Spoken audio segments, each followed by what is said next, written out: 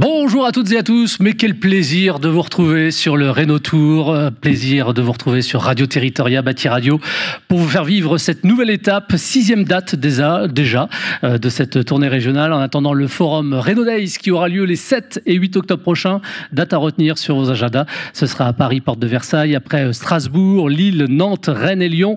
Nous sommes aujourd'hui en Gironde, à Bordeaux, nous sommes accueillis sur l'écosystème Darwin, une ancienne caserne désaffectée, aujourd'hui éco-réhabilité, un des lieux d'ailleurs les plus visités de la ville de Bordeaux, dans le quartier de la Bastide, sur la rive droite. Dans la salle, les chantiers de la Garonne, c'est là où nous sommes, dans un décor adapté à la volonté des lieux. Vous avez remarqué, des pupitres en bois, voilà. Cette tournée, c'est donc 8 villes, étapes où nous faisons escale pour répondre à cette question, finalement, question fil rouge. Comment accélérer la massification de la rénovation énergétique d'ampleur? Et pour y répondre, eh bien, nous poserons cette question à l'ensemble des acteurs locaux de la rénovation énergétique autour de 3 tables rondes. Et dans un instant également, Jean-Bernard Mellet qui viendra recueillir sur ce sujet la parole des artisans. Le Renault Tour qui se déroule en public. Vous pouvez d'ailleurs vous applaudir. Bienvenue à vous. Un programme et des programmes qui seront disponibles évidemment bientôt en replay. Jean-Philippe Guillon, bonjour. Bonjour. Vous êtes le directeur de Renault Days, mais aussi des salons Batimat, Interclimat et Idéaubin. Bienvenue. Également Damien Leclerc, bonjour. Bonjour. Vous êtes le directeur du développement et de l'urbanisme de l'écosystème Darwin. Merci en tout cas déjà pour votre accueil. Écoutez, c'est un plaisir. Voilà, et je reviens vers vous dans un instant. Jean-Philippe, avant de parler justement du Renault Tour, peut-être quelques mots sur le forum Renault Days. Alors, le forum Renault Days aura lieu les 7 et 8 octobre prochains à la porte de Versailles. La genèse de ce forum, donc la première édition a eu lieu en 2023. On a réfléchi à l'organisation de ce forum au moment du Mondial du bâtiment 2022. C'était lié notamment au développement qu'on observait de la mise en place des aides publiques, des offres de financement autour de la rénovation énergétique. On n'avait pas de réponse particulière à cette problématique, enfin en tout cas spécifique à cette problématique lors du Mondial du bâtiment, qui est un événement plutôt lié aux matériaux.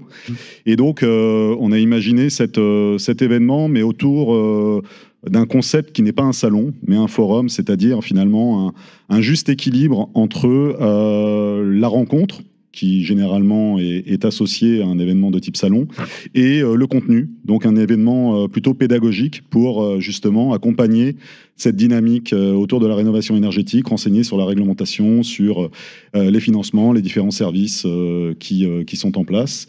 Et lorsqu'on a fait cette première édition en 2023, on avait donc à peu près 5000 visiteurs. Sur ces 5000 visiteurs, on avait 2 tiers de visiteurs franciliens et 1 tiers des régions.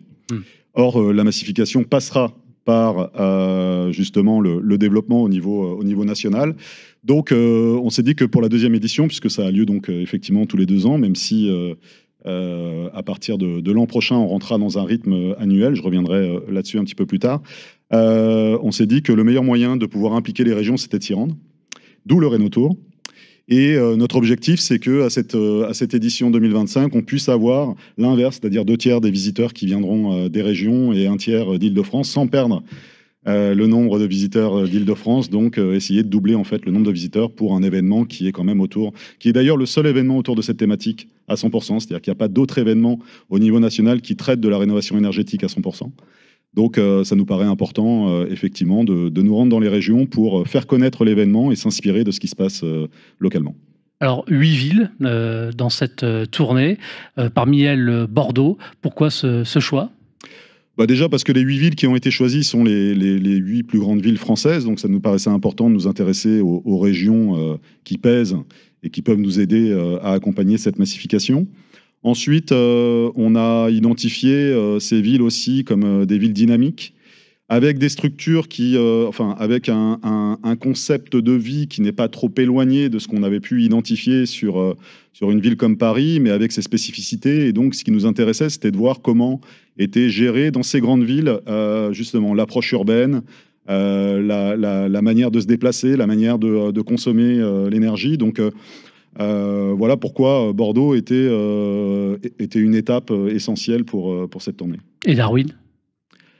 Darwin, parce que on vient de faire la visite de Darwin. On est, je pense, encore tous un peu bluffés de ce qu'on a pu découvrir, parce que c'est un modèle de ce que à quoi doit ressembler, je pense, demain le type de développement de structures urbaines.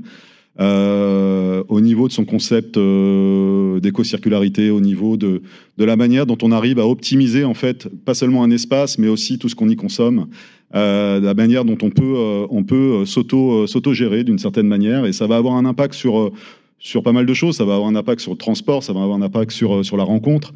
Alors, on vit quand même dans une société où on a l'impression qu'on veut se cloisonner maintenant avec le digital, avec les applis, avec toute une série de choses, et on se rend compte que non, il y a un besoin de rencontre. On est bien placé pour le savoir avec l'événementiel. Et ce type de lieu est le meilleur exemple de rénovation pour accompagner cette nouvelle dynamique de rencontre, le tout dans une logique écologique adaptée aux enjeux de la planète. Donc vous avez apprécié la visite? Beaucoup. Je reviens vers vous dans un instant. Damien Leclerc, entre bois, pierre, métal, des bâtiments, entre street art, skatepark, le lieu de rendez-vous pour les amateurs également de musique électro, j'ai vu, ou les militants de la biodiversité.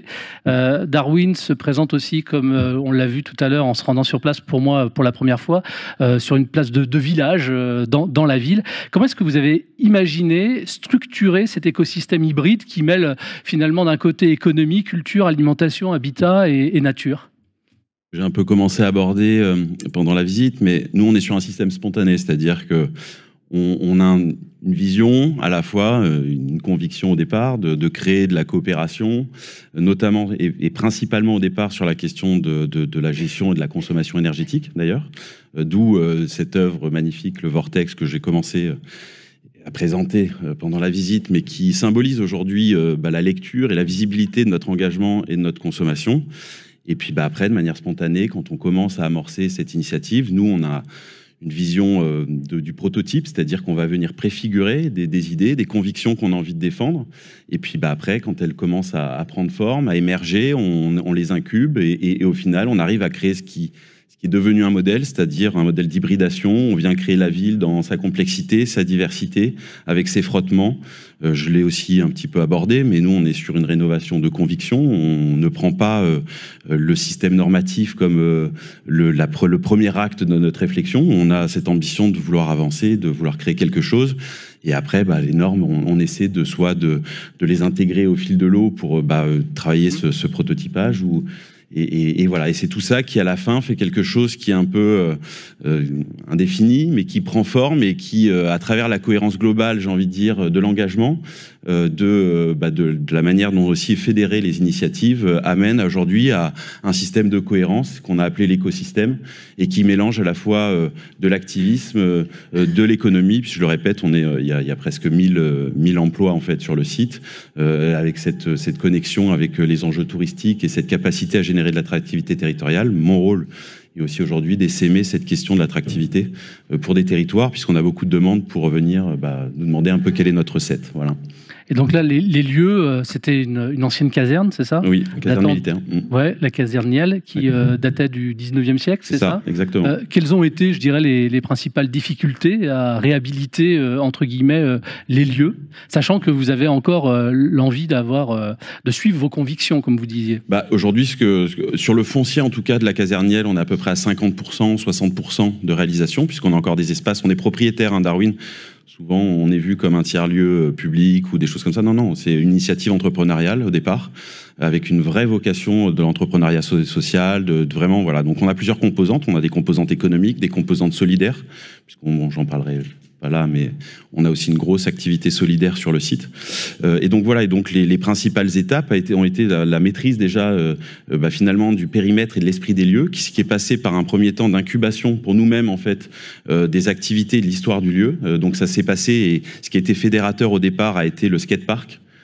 C'est ça qui est rigolo, c'est que sur un équipement sportif intergénérationnel, on a réussi à réunir tous les acteurs qui étaient déjà présents, à savoir les artistes, les skateurs, tout ce qui est glisse urbaine, etc., qui peuvent paraître être aussi une population qui est difficilement... Non, on les a fédérés autour de ce projet, et c'est ça aussi qui a permis, quelque part aussi, d'ancrer le projet dans une réalité et de sécuriser le site. Et à partir de là, après, ça s'est fait de manière spontanée, c'est-à-dire qu'on a commencé à créer et à réhabiliter un premier bâtiment, un deuxième, un troisième. Celui qu'on a visité tout à l'heure, c'est le troisième. Nous, on appelle ça souvent voilà, c'est un peu les 3 maisons des petits cochons, c'est-à-dire qu'au départ, on avait du béton, puisqu'en fait, ça a été bombardé. Donc, il y a certains... La deuxième étape a été de la rénovation d'un bâtiment avec une structure bois. Et la troisième étape que vous avez vue, c'est une structure voilà, métal. Donc, on a expérimenté un peu de toute nature et tout type de bâtiments et j'ai envie de dire, de modes constructifs. Et donc, voilà. Et donc, la principale difficulté a été de s'insérer dans les normes et aussi de pouvoir... arriver à générer, à garder cette impulsion permanente de la volonté de chacun à participer au projet. Vous nous présentez la personne qui est à côté de vous?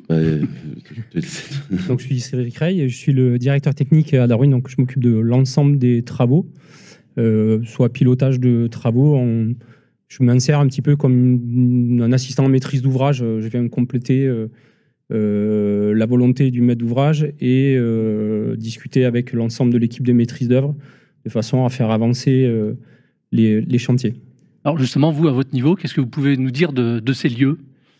Donc, comme l'a évoqué Damien à plusieurs reprises, les lieux sont très divers dans leur type constructif et donc il a fallu s'adapter et faire au maximum avec ce qui était déjà présent sur place, de façon à dénaturer le moins possible et avoir l'impact le plus infime en termes de construction, et tout en étant le plus résilient. Et voilà. Alors, peut-être une question aussi à vous poser, puis je vais retourner vers Jean-Philippe. Je le disais en introduction, c'est un des lieux les plus visités de la ville de Bordeaux. Justement, en termes de feedback, c'est quoi? Quels sont-ils? Nous, on a été primé plusieurs fois. Enfin, c'est pas pour, mais c'est toujours agréable. Oui. Mais le feedback pour nous est toujours un petit peu perturbant et on le cultive quelque part. Vous n'avez pas de plan à Darwin pour entrer, savoir ce qui s'y passe, etc. Donc, on incite un peu à l'expérience. Donc, et pour nous, c'est très important que chacun se fasse son image et son expérience de Darwin. La visite est un moment un peu privilégié, on aime bien parce qu'on arrive aussi à vous emmener parfois à voir un peu l'envers du décor, etc. Mais le feedback, c'est ça, c'est qu'en fait, tout le monde arrive dans ce lieu, il fait sa propre expérience, il vit son histoire, et c'est ça qui le rend un petit peu unique. La capacité aussi qu'on a aujourd'hui à avoir une programmation évolutive, comme on l'a dit, cette vocation à définir des lieux capables, des prototypes, c'est-à-dire qu'on va jamais travailler, et là on n'a pas regardé les commerces, mais on a travaillé sur le décloisonnement des commerces pour pas avoir cette cellule commerciale habituelle avec ce système locatif, pour que derrière on ait une expérience aussi entre les différents commerces. Donc tout ça en fait permet que cette programmation en évoluant crée en fait une expérience différente. Et si vous venez, j'ai envie de dire 2 mois avant, vous n'allez pas vivre la même expérience. Ouais. La saison change, les gens aussi changent, et voilà. Et on a 300 événements à peu près annuels sur site. Donc tous les jours, Darwin, c'est une histoire un peu différente. Et je crois que c'est un peu ça, surtout, qu'on apprécie, nous, quand on y est, quand on y vit, quand on y travaille, mais aussi quand on accueille, voilà. Et encore une fois, un grand merci pour votre accueil. On est ravis d'être là. Jean-Philippe, quelles sont les grandes thématiques qu'on aborde justement à l'occasion de chacune des dates sur le Rénotour? Alors, on aborde 3 thématiques dans chaque lieu, en fait, où on a pu se rendre. D'abord, une thématique autour de la réglementation et des aides, des différentes options de financement. Ensuite, on veut rentrer aussi, donner la voix aux acteurs du terrain, donc des solutions innovantes, tout type en fait de retour d'expérience qui nous permettent d'avoir de la visibilité sur la manière de travailler localement et le type de matériaux qu'on peut utiliser. Et puis on termine par un des enjeux essentiels qui, je ne sais pas si tout le monde a bien ça en tête, mais en fait le premier secteur de recrutement des 30 prochaines années est lié à la rénovation énergétique. Donc on termine par une thématique autour de la formation, la reconversion, le recrutement. Aujourd'hui on manque, suivant les analyses, de 170 000 à 250 000 postes pour atteindre les objectifs de rénovation énergétique d'ici 2030. On peut même évoquer 600 000 si on prend en considération les départs en retraite. On doit faire 350 000 rénovations par an, on doit en faire 700 000 à partir de 2031 jusqu'en 2050. Donc il faut se rendre compte en fait de l'ampleur que représente la rénovation énergétique.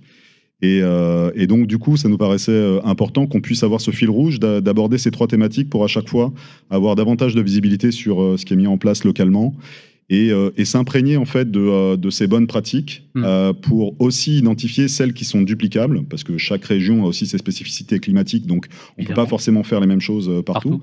Mais pour autant, il y a pas mal de choses qu'on a pu identifier déjà sur la tournée et qui sont duplicables ailleurs. Et l'objectif, c'est de s'en imprégner pour inviter les spécialistes qu'on aura fait intervenir lors du forum qui aura lieu donc à Paris en octobre, dans une zone qu'on appelle acteurs du territoire, et donc où on aura une vingtaine de prises de parole autour des bonnes pratiques observées lors de cette tournée. Donc ça permettra clairement d'alimenter, entre autres, le forum.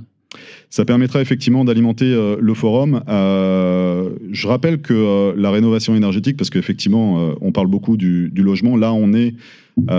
j'ai oublié de l'évoquer tout à l'heure, mais la première édition du forum était sur le logement, la deuxième édition sera sur le bâtiment. C'est aussi une des raisons pour lesquelles, dans le Rénotour, on commence toujours notre étape par une visite d'un édifice qui a été réhabilité dans une logique aussi de baisser sa consommation d'énergie. Et donc le tertiaire sera aussi partie prenante de cette deuxième édition, ce qui fait que quoi de plus logique que de pouvoir s'inspirer vraiment de retours d'expérience dans chacun des territoires. Mais malgré tout, voilà, on gardera aussi une partie importante autour du logement. Et on en discutait tout à l'heure, j'ai la chance de disposer d'une étude qui vient d'être communiquée aujourd'hui, une étude qui a été commanditée par BNP Paribas. Et on terminera là-dessus. Voilà, auprès d'Harris, organisée par Harris. Et donc j'ai quelques notes parce qu'elle est vraiment parue ce matin, elle a été communiquée par BNP Paribas aujourd'hui, et ça vous donne un peu une idée de l'ampleur en fait de ce projet. Ils ont interrogé 15 000 personnes au niveau européen, 1500 en France. Et que des questions autour de justement la rénovation énergétique, donc des particuliers par rapport à leurs besoins en fait et leurs attentes vis-à-vis de ce concept. Ce qu'on voit, c'est que sur les enjeux liés au changement, donc ils les ont interrogés sur toute une série d'enjeux. La rénovation énergétique arrive en tête. La rénovation énergétique du logement arrive en tête à 94% des personnes interrogées, devant tout ce qui est transport, devant tout ce qui est vêtements, alimentation, etc. Et ensuite, quand on creuse un peu, on se rend compte qu'il y a entre 60 et 70% des personnes interrogées qui ne connaissent pas les aides, qui ne connaissent pas en fait le DPE, qui n'ont aucune idée du DPE de leur logement, qui commencent à s'y intéresser peut-être éventuellement au moment d'envisager une vente ou un achat, qui ne connaissent pas ce qu'est une rénovation d'ampleur, comment on peut vraiment réduire sa facture énergétique, et qui pourtant mettent ça comme objectif numéro 1 dans leur acte d'achat. Ça montre à quel point on est encore tout au début du process. Ça montre à quel point on a besoin d'avoir des événements comme aujourd'hui, des événements comme le forum, pour pouvoir répondre à ces problématiques. Et ça montre à quel point aussi, surtout, parce qu'effectivement, c'est le particulier qui a besoin de ces réponses-là, mais finalement, le meilleur vecteur d'information pour arriver à ce particulier, ce sont les professionnels de la filière.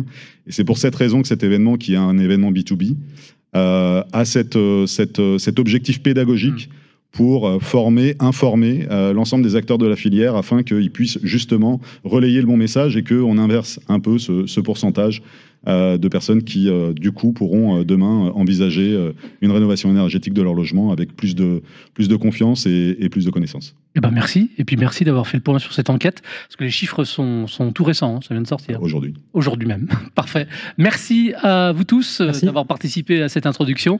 Dans un instant, la parole des artisans avec Jean-Bernard Mellet. Restez avec nous, merci de votre fidélité. Au revoir.